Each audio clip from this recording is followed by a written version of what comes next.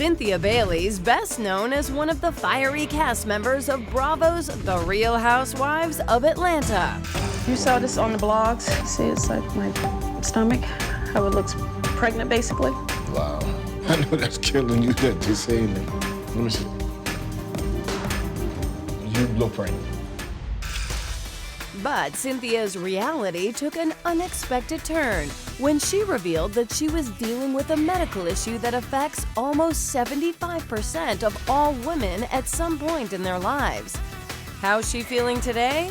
And what are the warning signs all women should know? Please welcome Cynthia Bailey to the show. I should have said, please welcome the lovely Cynthia Bailey. Adore you. Absolutely. It's kind of amazing because women all over the country watch Real Housewives of Atlanta. It's like the most watched franchise that they even have. So even I am watching Bravo. Cynthia, we were all excited that you were coming on talking about the problem of fibroids. Fibroids, yes. Which, as a gynecologist, obviously, I see every single day. Sometimes I'll say to a woman, look, fibroids are there. If they don't bother you, don't bother them. Doesn't mean that it's going to cause a problem, but in your case, it massively disrupted your life. It really did. My main thing was very, very heavy periods. And, I could, control that after, I could control it for a while, but then as I kept getting older, I'm 46 years old now, it just started, shout out to my 40-year-old, 40 and up.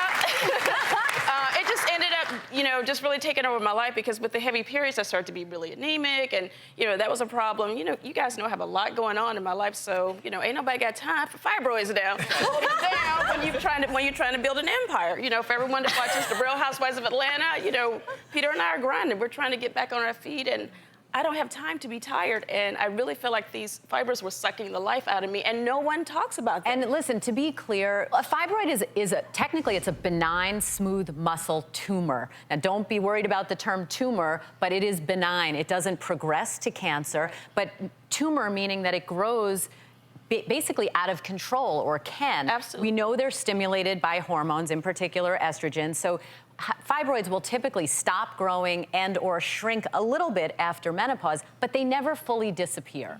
And 50% of African-American women are known to have fibroids. That's why this is such an important issue and something. And that's why I was so glad I talked about it on television. I had a choice to just do it privately, but I decided to do it on our show because it just drove me crazy that I was suffering with this thing and no one really talked about it. And I thought, I can't be the only person with fibroids. I think it's important for people to understand that it's nothing to be ashamed of. I mean, fibroids are very common, but there are things you can do. And you said yourself, you wish you had done something earlier. I do, and it is kind of like a dirty little secret. It's just kind of like, you're just bleeding all over the place, you're bloated. I have to say this dress that I'm wearing today is my fibroid dress. This is my pregnancy dress because I went to Miss USA pageant.